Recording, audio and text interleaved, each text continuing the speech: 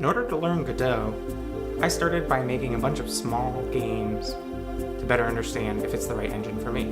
I started off making this little game where you fire spells at scarecrows based upon an idea that a friend and I have for a potential game.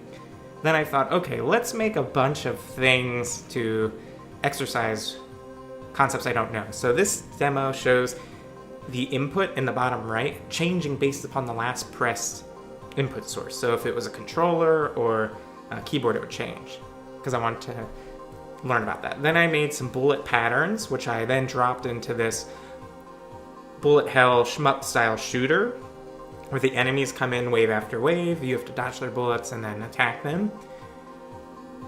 This was the biggest game and the game I spent the most time on, about 5 hours learning, and there's the background scrolls, and those randomly get sized and placed, and their speed is random. The enemies come in, they have their different firing types, you have health, they have health. There's a little bit of juice polish, like when an enemy's hit, you see the explosion, and they change their color to red when they have 1 health left. It was really, learned a ton and really enjoyed this bullet heck demo. Then I moved on to a 2D platformer, not too dissimilar to Mario. This uses the tile map editor in Godot. A lot of these games I just use free public domain sprites from Kenny, the renowned entity that makes a bunch of free game assets, and that really helped me just focus on learning and programming. From there, I made a game called Bunny Blaster, which is kind of like Mega Man or Contra or Kero Blaster. Kero Blaster is one of my favorite games, so yeah, that was the kind of vibe I was going for. Assets by Kenny again. Learned a bunch about collisions and shooting and all that good stuff. And a lot of these ideas are ones I would explore to see, like, would I make a full game of that? Then I made a visual novel type demo.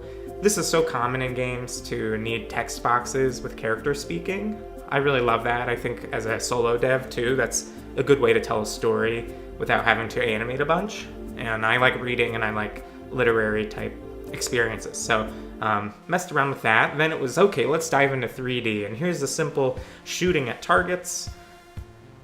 That was a ton of learning, making those models, the assets, and those types of things. Then I made this space game that's kind of like Star Fox, where you pilot a ship.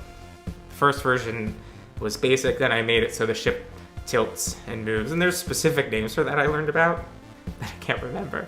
Then I made a driving game where you drive this car around. I really wanted to make like a high-speed game where you're drifting around a track, but I pretty quickly lost interest in this and realized I don't really like programming cars and thinking about that.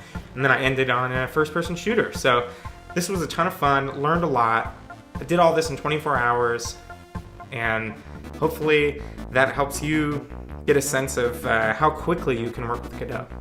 All right, thanks. See ya, bye.